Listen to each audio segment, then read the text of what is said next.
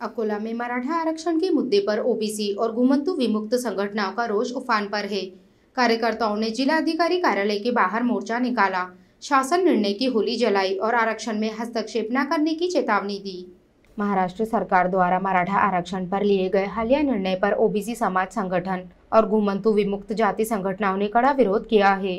अकोला में कार्यकर्ताओं ने जिला अधिकारी कार्यालय पर मोर्चा निकालते हुए शासन के खिलाफ तीव्र नारेबाजी की और प्रशासन को ज्ञापन सौंपा। इस दौरान अफरा तफरी का माहौल भी देखने को मिला, जहां पदाधिकारियों को धक्का मुक्की का सामना करना पड़ा। इससे कार्यकर्ताओं में और अधिक आक्रोश फैल गया। रोष प्रकट करते हुए नेताओं ने कहा कि मराठा समाज को अपना स्वतंत्र आरक्षण मांगने का पूर्ण अधिकार है, परंतु उन्हें सीधे ओबीसी आरक्षण में शामिल करना अन्यायपूर्ण है। ओबीसी वर्ग को जो आरक्षण मिला है वह उनके ऐतिहासिक, सामाजिक और शैक्षणिक पिछड़ेपन के आधार पर मिला है और उसमें किसी अन्य घटक को समाविष्ट करना उनके मूल अधिकारों पर चोट है। संगठनों ने जोर देकर कहा कि इस निर्णय से रोजगार, शिक्षा और अन्य अवसरों में ओबीसी व भटकिया विमुक्त समाज के युवाओं को सीधा नुकसान होगा। शासन ने यह निर्णय तत्काल रद्द कर ओबीसी आरक्षण को यथावत रखने की मांग भी की गई। 1 सितंबर को आक्रोशित कार्यकर्ताओं ने जिला अधिकारी कार्यालय के बाहर शासन की निर्णय पत्रिका की होली कर शासन विरोधी आंदोलन को और प्रखर कर दिया।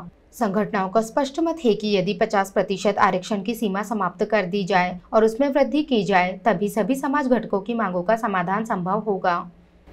शासनाने 1 सप्टेंबरला जो ओबीसीच्या विरोधात जी.आर. काढला तो ओबीसीचा विश्वासघात झाला आणि हे याच्या विरोधात निवेदन देण्यासाठी आम्ही जेव्हा कलेक्टर ऑफिसमध्ये गेलो तर आम्हाला त्या ठिकाणी धक्काबुक्की करण्यात आली। याचा संदर्भात आम्ही यांचा निषेध करतो, महाराष्ट्र शासनाच्या सगळ्या यंत्रणेचा आणि महाराष्ट्र शासनाचा।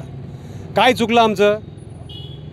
आम्हाला सांगितलं होतं की ओबीसीच्या आरक्षणाला आम्ही धक्का लावू देणार नाही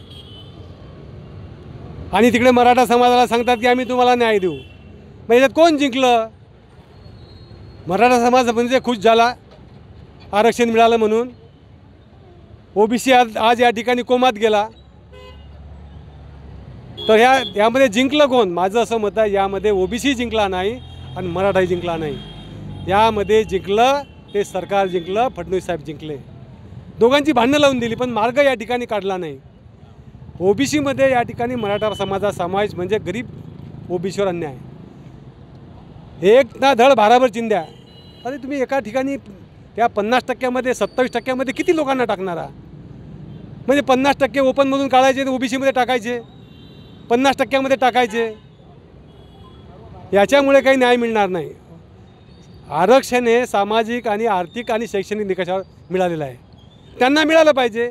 जे लोक हजारो वर्षापासून प्रवाहाच्या दूर होते, कोसो दूर होते, त्यांना न्याय मिळाला नाही, त्यांना यांनी सोबत सामावून घेतलं नाही। ज्यांचा द्वेष केला सामाजिक द्वेष झाला, त्यांना या ठिकाणी घटनेनं संविधानानुसार या ठिकाणी आरक्षण मिळालं आहे। ज्यांना सगळं काही मिळालं त्यांना या ठिकाणी ओबीसीमध्ये टाकत असाल तर हा ओबीसीवरचा अन्याय आहे। आणि माझं आव्हान या ठिकाणी सगळ्या यंत्रणेतल्या आमदार असतील किंवा इतरही कोणी असतील, त्यांनी या ठिकाणी ओबीसीच्या बाजूनं उभं राहिलं पाहिजे।